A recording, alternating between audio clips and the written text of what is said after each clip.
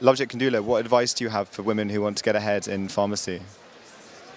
Hi Tom, nice to see you. My advice is that women should have a passion and a purpose for what they are doing. And I think the way that you develop your leadership skills is by making a difference at the level that you're at.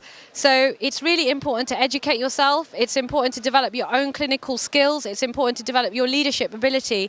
And I know sometimes pharmacy can be quite an isolated profession, but the way we can overcome that is by linking with our peers.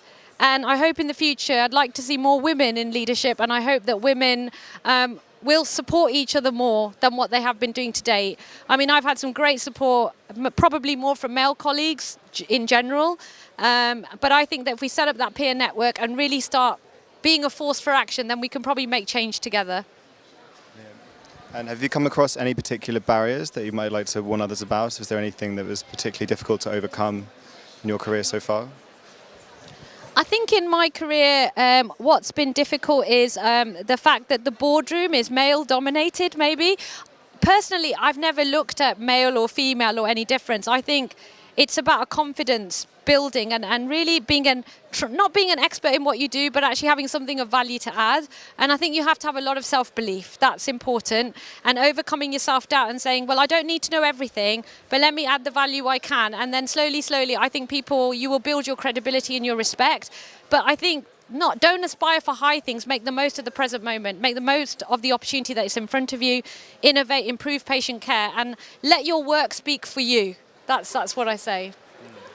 Yeah, and in letting your work speak for yourself, you've managed to achieve becoming chair of the PCPA recently. Would you like to tell us a bit about what that means to you? Yes, I'm really honoured actually to be appointed the chair of the community pharmacy group for the PCPA.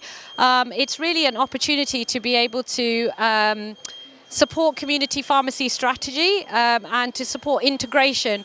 So the whole idea of the PCPA, and I hope many of you will join, is actually develop a peer support network. It's more of a support network and sharing best practice and maybe formulating some really innovative ideas of how we can take the pharmacy sector forward, not just community, but we have a GP group, there's a care homes group, there's a CCG group as well, and it's such a great network, and I hope that will build motivation and help other people to link with each other that are as passionate about pharmacy as we are. Amazing. Thank you very much. Enjoy the rest of the conference.